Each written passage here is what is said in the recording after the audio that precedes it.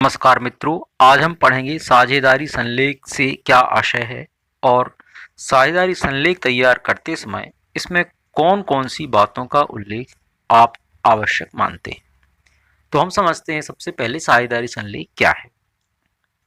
साझेदारी एक समझौता है। यह समझौता लिखित या मौखिक दोनों प्रकार से हो सकता है। लिखित समझौते में साझेदारी की शर्तों के अतिरिक्त साझेदारों के हस्ताक्षर, नाम, पते आदि भी लिखे जाते हैं। इस पर स्टाम्प लगाया जाता है। इस प्रकार से बने हुए पत्र को ही हम साझेदारी संलेख कहते हैं। जब कभी साझेदारों में आपस में वाद विवाद होता है तो इसका निपटारा साझेदारी संलेख में लिखी हुई शर्तों के अनुसार किया जाता है, इसलिए इसे एक महत्वपूर्ण प्रलेख माना जाता है। तो आपने समझा कि साझेदारी संलेख क्या है। साझेदारी संलेख मतलब एक तरह से साझेदारी का एक अनुबंध होता है और यह अनुबंध लिखित और मौखिक दोनों प्रकार से हो सकता है, लेकिन लिखित अनुबंध अधिक श्रेष्ठ माना जाता है मौखिक की अपेक्षा। तो यह आवश्यक क्यों है? क्योंकि जब कभी साझेदारों के मध्य कोई आपसी विवाद होता है तो इसके अनुसार अर्थात साझेदारी संलेख के अनुसार यह विवाद निपटाया जाता है। अब इस संलेख में हम साझेदारों के नाम, पते, हस्ताक्षर इत्यादि का उल्लेख करेंगे।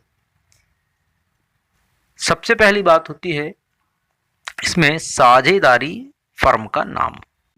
साझेदार अपने व्यवसाय का नाम अवश्य रखते हैं, क्योंकि बिना नाम के तो कोई व्यवसाय संभव है नहीं है, जिससे वह व्यापारिक समाज में जाना जाता है। नाम इसलिए आवश्यक है क्योंकि वह व्यापार के मतलब जो व्यापारिक जगत है उसमें उसकी एक पहचान होती है।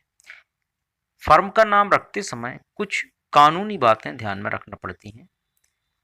फर्म का नाम इस प्रकार का नहीं होना चाहिए जो किसी दूसरी रजिस्टर्ड फर्म से मिलता जुलता हो।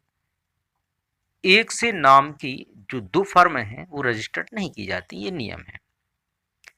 आइए हम दूसरी महत्वपूर्ण बात समझते हैं, फर्म का पता। फर्म के नाम के साथ उसका पता तथा कार्यक्षेत्र भी देना जरूरी होता है।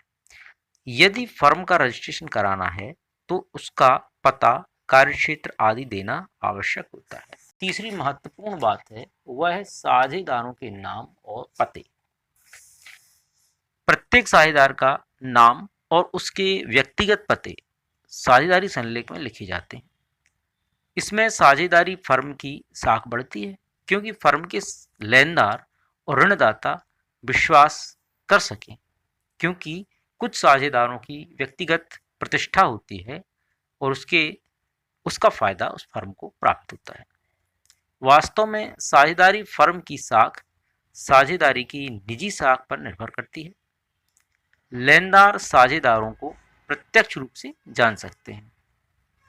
इसके पश्चात हम समझते हैं साझेदारी संलेख की चौथी महत्वपूर्ण बात, साझेदारों की पूंजी। साझेदारी फर्म की कुल पूंजी कितनी होगी उसका योग अवश्य देना चाहिए। प्रत्येक साझेदार कितनी कितनी पूंजी लगाएगा इसका भी उल्लेख साझेदारी संलेख में होता है। इसके पश्चात पांचवी जो महत्वपूर्ण बात है वह पूंजी पर ब्याज। साझेदारों को उनकी पूंजी पर ब्याज दिया जाएगा, जो उसका प्रतिशत भी दिया जाता है। यदि सब साझेदार समान रूप से पूंजी लगाते हैं तो पूंजी पर ब्याज लगाने या न लगाने के किसी को कोई फर्क नहीं पड़ेगा। परंतु कोई साझेदार अन्य की अपेक्षा अधिक पूंजी लगाता है तो वह पूंजी पर ब्याज लेना चाहेगा, जिससे उसकी ब्याज के द्वारा अधिक लाभ हो। ऐसे अवसर पर पूंजी पर ब्याज की व्यवस्था रखी जाती है। इसके पश्चात नंबर 6, आहरण और आहरण पर ब्याज। साझेदार अपने निजी खर्चों के लिए फर्म से पैसा निकालते हैं, इसे हम आहरण कहते हैं। लेकिन कोई साझेदार अधिक रुपया ले लेता है तो दूसरे को हानि हो सकती है। इसके अतिरिक्त फर्म की पूंजी वर्ष के मध्य कम हो सकती है, जिससे व्यवसाय में अंतर आएगा।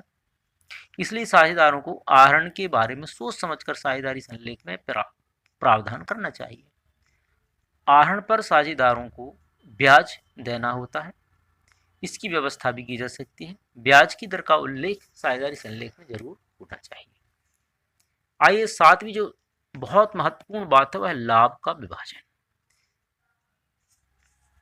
जब सब साझेदार समान रूप में पूंजी लगाते हैं और सब मिलकर व्यापार का कार्य संभालते हैं तब लाभ भी बराबर बराबर बांटते हैं। लेकिन कोई साझेदार पूंजी लगा रहा है और कोई कारोबार की देखभाल कर रहा है, या फिर कोई साझेदार अधिक पूंजी लगाता है या कोई साझेदार कम पूंजी लगाता है, तब लाभ विभाजन भी कम अधिक होता है। लेकिन यह बात अवश्य है कि लाभ विभाजन का अनुपात पहले से ही निश्चित कर लेना चाहिए। इसके पश्चात नंबर 8, ख्याति का मूल्यांकन। जब साझेदारी फर्म पुरानी हो जाती है तो व्यावसायिक जगत में उसकी साख बढ़ जाती है। व्यापार की ख्याति का मूल्य भी होता है। ख्याति का मूल्य किस विधि के द्वारा लगाया जाएगा, यह बात पहले से ही साझेदारों के बीच में तय हो जानी चाहिए। ख्याति का मूल्य सब साझेदारों के पूंजी खातों में जमा हो जाता है। इसके पश्चात साझेदारों को वेतन तथा कमीशन।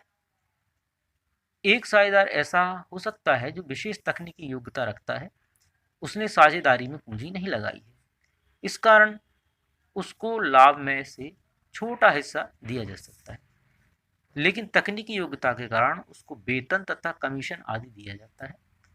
साझेदारी संलेख में इस प्रकार की व्यवस्था का स्पष्ट उल्लेख होना आवश्यक होता है। इसके बाद बैंक खाते का परिचालन।